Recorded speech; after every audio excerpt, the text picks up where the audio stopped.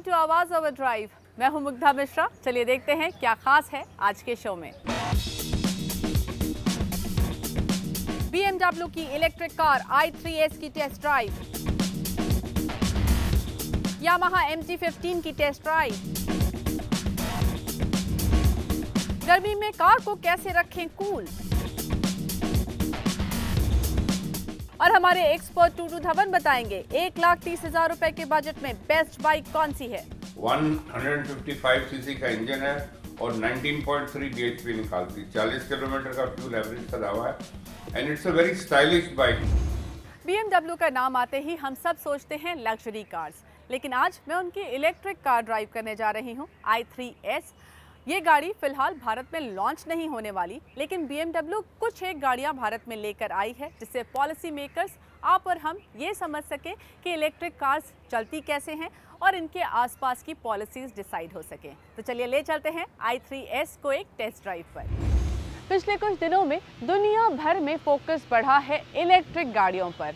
In fact अगर आप भारत में भी देखें तो सरकार ने हाल ही में फेम 2 स्कीम लागू की है जिसमें फोकस है शेयर्ड मोबिलिटी पर और साथ ही चार्जिंग इंफ्रास्ट्रक्चर बढ़ाने पर। अब अगर चार्जिंग इंफ्रास्ट्रक्चर बढ़ता है तो शायद पर्सनल यूसेज के लिए भी इलेक्ट्रिक व्हीकल्स का चलन बढ़े, और तब एक ऑप्शन जो आपके लिए मौजूद होगा वो है BMW की i सीरीज़ की गाड़ियाँ। BMW का एक सब ब्रांड है जो कि फोकस करता है इलेक्ट्रिक और ऑल्टरनेट फ्यूल व्हीकल्स पर, और इसी में i8 तो काफ़ी पॉपुलर है ही, लेकिन अर्बन पॉपुलेशन, अर्बन कम्यूट को ध्यान में रखकर BMW ने बनाई है i3 और i3s। मेरे पास है i3s। थोड़ा बैकग्राउंड बताती हूँ आपको। जब पहली बार BMW ने i3 लॉन्च की थी तो बहुत सारे अवार्ड्स तो मिले थे, लेकिन सेल्स बहुत अच्छी नहीं रही थी। उसके बाद BMW ने इसमें कुछ बदलाव किए और उसके बाद उसे 2017 में i3 और i3s के नाम से उतारा। As a name suggest, i3s i3 का स्पोर्टियर वर्जन है और वही है आज मेरे साथ। चलिए आपको बताती हूँ इसकी सारी डिटेल्स।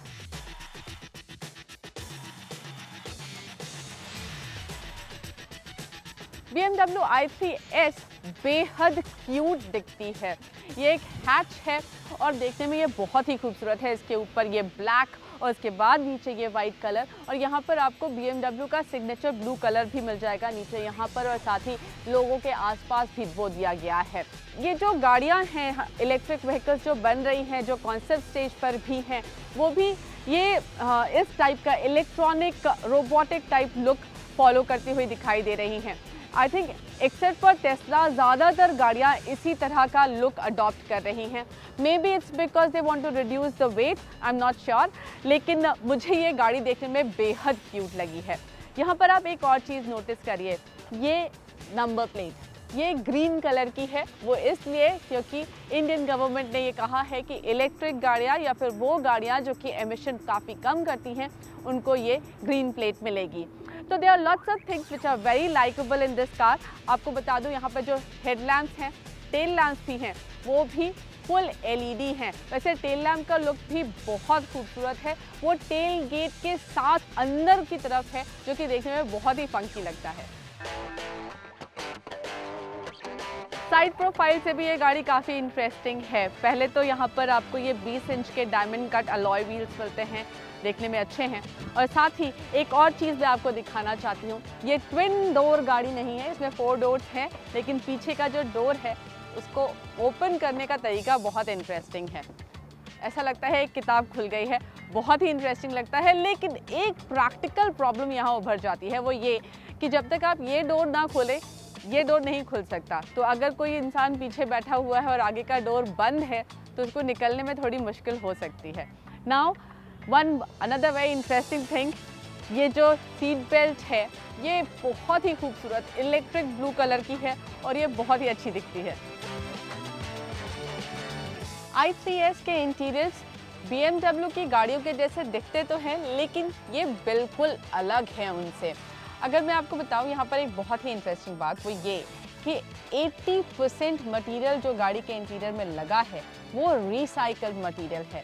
तो इन ट्रू सेंस i3s जो है वो फ्यूल एफिशिएंट तो है ही, एनवायरनमेंट कॉन्शियस भी है।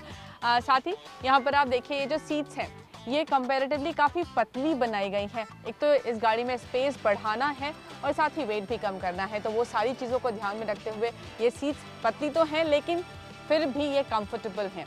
इसके साथ साथ यहाँ आपको कोई भी गियर लीवर नहीं दिखाई देगा, बस यहाँ पर बटन्स दिए गए हैं ड्राइव मोड और रिवर्स मोड में डालने के लिए। सामने यहाँ पर आपको स्क्रीन मिलती है जिसको कि आप यहाँ लगे नॉब से इस्तेमाल कर सकते हैं, और सामने ये जो हमें स्पीडोमीटर, टैकोमीटर वगैरह मिलता है वो भी एक फ्लोटिंग स्क्रीन पर आपको दिखाई देगा, और it's just small digital screen जो कि आपको सारी इंफॉर्मेशन दे देती है।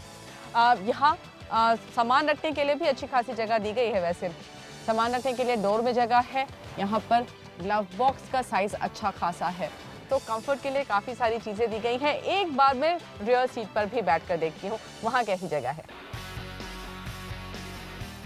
i3s की रियर सीट 2 लोगों के लिए ठीक ठाक जगह देती है, तीसरा इंसान यहाँ नहीं बैठ सकता क्योंकि यहाँ जो ये कप होल्डर्स दिए गए हैं ये सीट के अंदर फिक्स्ड हैं, so it's not possible for a third person to sit here. साथ ही स्पेस यहाँ पर ठीक ठाक है, विजिबिलिटी थोड़ी सी कम हो जाती है इस पिलर की वजह से, अदरवाइज यहाँ पर स्पेस ठीक ठाक मिल रहा है, रूम भी ठीक है। आई थिंक 4 लोगों के लिए कंफर्टेबल गाड़ी है।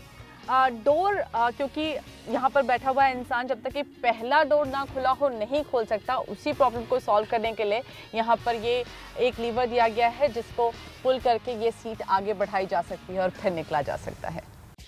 BMW i3s में 120 एम्पियर आवर के सेल लगे हैं जो कि 42.2 किलोवाट एनर्जी देते हैं। इस पावर के साथ BMW i3s एक चार्ज में 200 किलोमीटर से ज्यादा चल सकती है, लेकिन इस बैटरी को पूरी तरह से चार्ज होने में 8 से 10 घंटे तक का समय लगता है।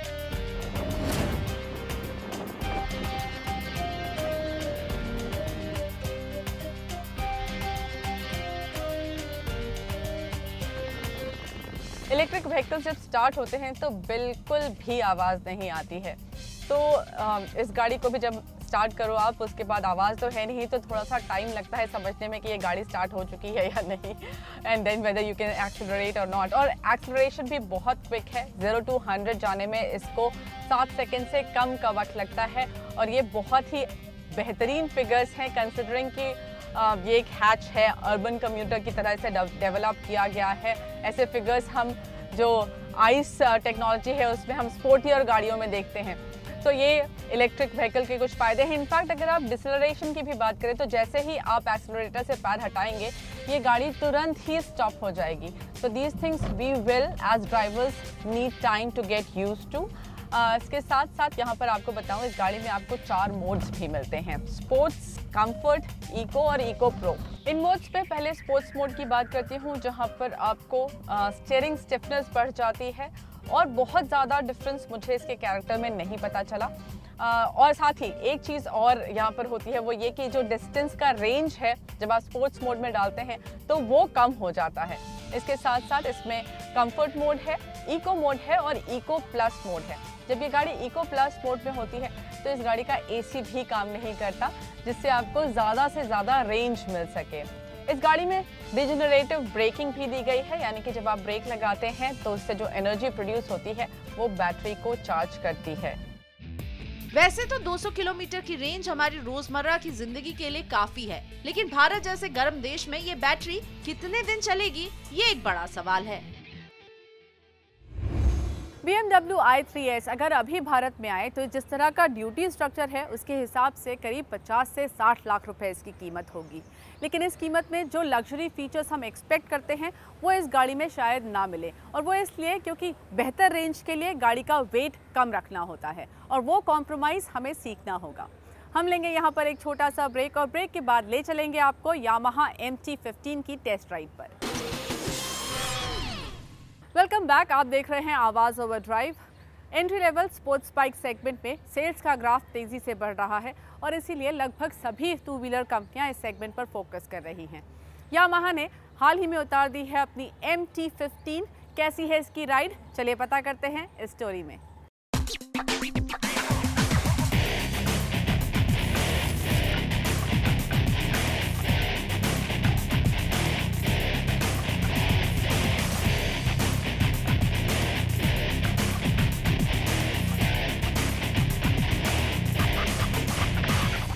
बजट सेगमेंट में कुछ ऐसे खरीदार हैं जो ग्लोबल ट्रेंड वाली बाइक चाहते हैं, लेकिन वाजिब कीमत के साथ, और उन्हीं खरीदारों को ध्यान में रख करके यामाहा लेकर आ गई है MT-15।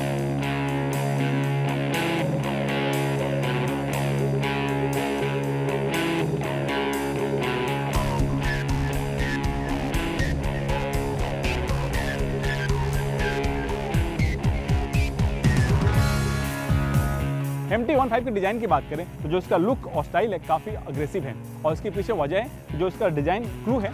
MT की जो टॉप बाइक है 1000 सीसी, उसी डिजाइन थीम पर इसे डिजाइन किया गया है, चाहे इसका हेडलैम्प हो, फ्यूल टैंक हो या रियर का स्टाइल। एक चीज़ आपको और बताऊंगा, जो इसका हेडलैम्प है उसमें LED का इस्तेमाल किया गया है, लेकिन जो इसका साइड इंडिकेटर है उसमें टंगस्टन बल्ब का इस्तेमाल किया गया है।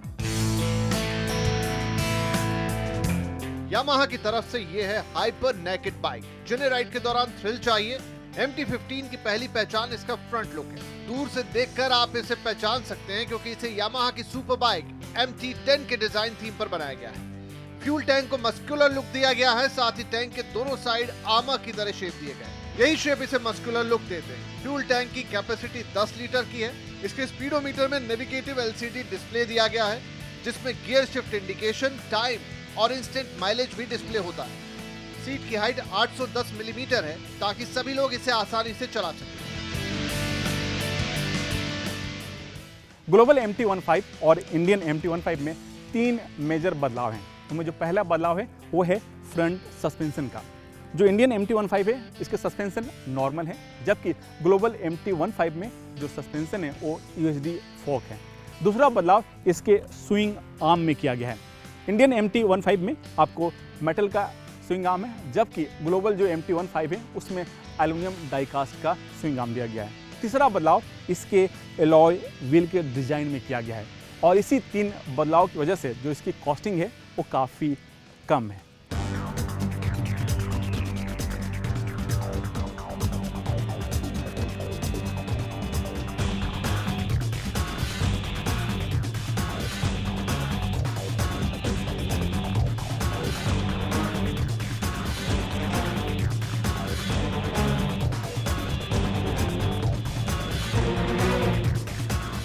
लुक के साथ ही इसकी राइड क्वालिटी भी काफी अच्छी है। हैंडल बार, सीट और फुट पैक्स को इस तरह से डिजाइन किया गया है ताकि आपको आगे की तरफ झुकने की जरूरत ना पड़े। सिटी में आपको जितना पावर चाहिए उससे कहीं ज्यादा इसमें पंच मिलता है। इसके पीछे वजह है कि इसके चेंज पॉकेट और ECU को थोड़ा मॉडिफाइड किया गया है ताकि राइड के दौरान थ्रिल चाहने वालों को बेहतर रोमांच मिल पाए।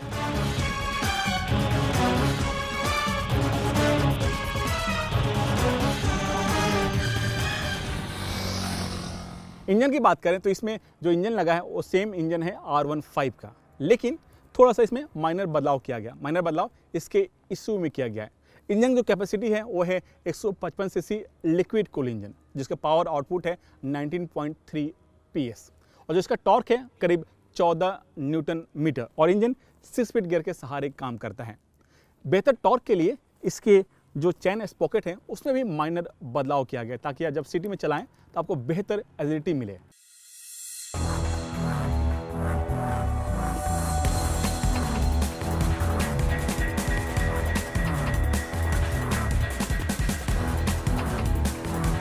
इसमें दिया गया इंजन 6 स्पीड गियर के सहारे काम करता है और बेहतर गियर शिफ्टिंग के लिए असिस्ट और स्लीपर क्लच लगे हुए हैं। ब्रेकिंग के लिए इसके फ्रंट में 282 मिलीमीटर का डिस्क ब्रेक है, जबकि रियर में 220 मिलीमीटर का डिस्क ब्रेक दिया गया है। गाड़ी कंट्रोल में रहे इसके लिए सिंगल चैनल ABS दिया गया है।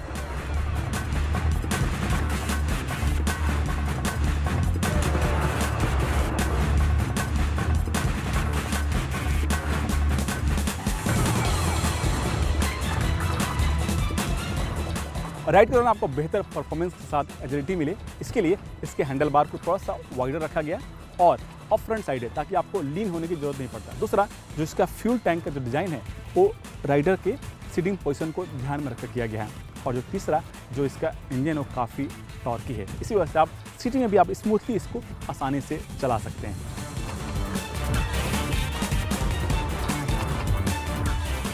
इन सब फीचर के साथ इसकी कीमत है 1,36,000 रुपए।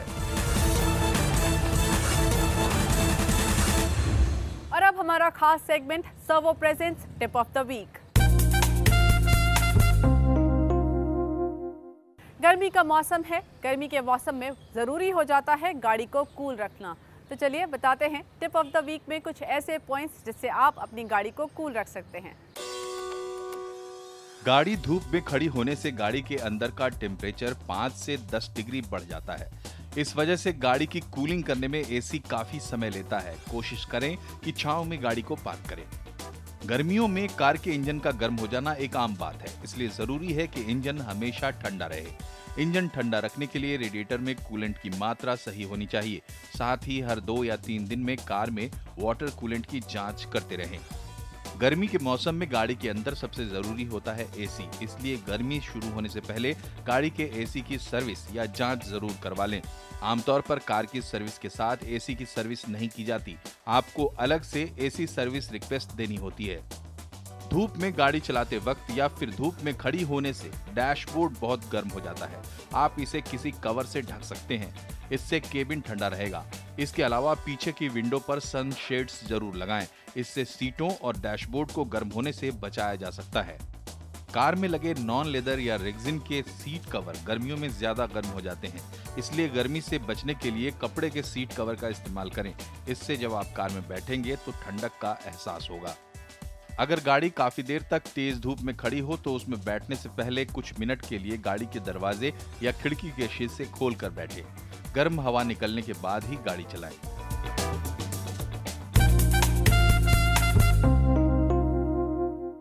हम लेंगे यहाँ पर एक छोटा सा ब्रेक और ब्रेक के बाद हमारे साथ होंगे हमारे ऑटो एक्सपर्ट टूटू धवन। आपको बताएंगे 1,30,000 के बजट में कौन सी है बेस्ट बाइक।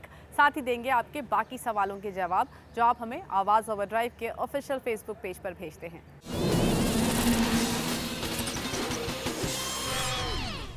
आवाज़ ओवरड्राइव में एक बार फिर से आपका स्वागत है। वक्त है आपके सवालों के जवाब देने का। जवाब देने के लिए मेरे साथ मौजूद हैं मशहूर ऑटो एक्सपर्ट टूटू धवन। हाय टूटू जी, पहला सवाल विवेक जैन का है। इनका बजट करीब 1.25 लाख का है। जानना चाहते हैं कौन सी बाइक खरीदनी चाहिए। विवेक जी, अभी हाल में ही लॉन्च की है यामाहा ने MP15 155 सीसी का इंजन है और 19.3 bhp निकालती। 40 किलोमीटर का फ्यूल एवरेज का दावा है and it's a very stylish bike. ये इन्होंने एक कॉपी की है अपनी जो 1000 सीसी के इंजन बाइक के ऊपर से and it is almost a replica of that, but the engine of this is from the same as the R15 and of course बहुत स्टाइलिश है एंड नई आई है तो obviously it's good looking and got all the latest features. और ABS single channel है उसके अंदर, LED लाइट्स हैं and 6 speed gear box and the price is 1.36 lakhs, 1,36,000 rupees. Manoj का सवाल है कि टाटा टियागो और मारुति बलेनो में से कौन सी इन्हें चुननी चाहिए। इनकी एक ही कंसिडरेशन है, इनकी हाइट 6 फीट 1 इंच है, तो एक कंफर्टेबल गाड़ी ढूंढ रहे हैं। मनोज जी, आपकी हाइट देखते हुए मैं तो आपको रिकमेंड करूंगा कि आप बलेनो ही लो, बिकॉज एक तो थोड़ी सी वो ऊंची है और दूसरी it is more spacious. So as far as between the two definitely Baleno is the choice. 1.2 litre engine 85 bhp निकालता है और 21 किलोमीटर का फ्यूल एवरेज का दावा। प्राइस उसकी शुरू होती है 5.5 से और जाती है 7.75 और इसके अंदर आपको all the bells and whistles मिलेंगी, जिसके पीछे आपका बैज भी कोई नहीं है। Even if you get the standard entry model और get the top model, it makes no difference from viewing it. And of course इसके अंदर मारुति की after sale service and residual value is going to be the maximum. Amit Saxena 7 से 7.5 लाख के budget में safest car खरीदना चाहते हैं, कौन सी रिकमेंड करेंगे आप?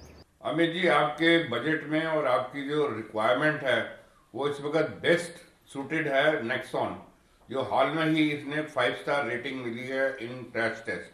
This is the only vehicle which an international 5 star rating on a crash test. 1.2 litre engine है, 110 bhp निकालता है, 17 किलोमीटर के फ्यूल एवरेज का दावा है।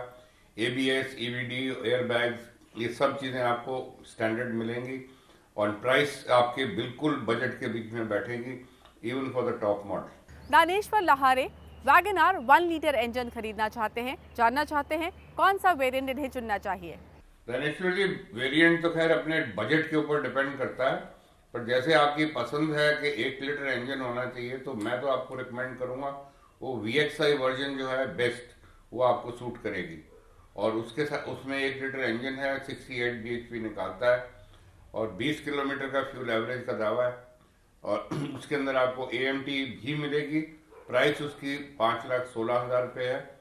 एंड ऑफ कोर्स जो अब नई वैगन आर आई है that is very very spacious और इस ऑलमोस्ट इतनी अंदर की जगह हो चुकी है कि पीछे की सीट के ऊपर 3 बड़े लोग आराम से बैठ सकते हैं।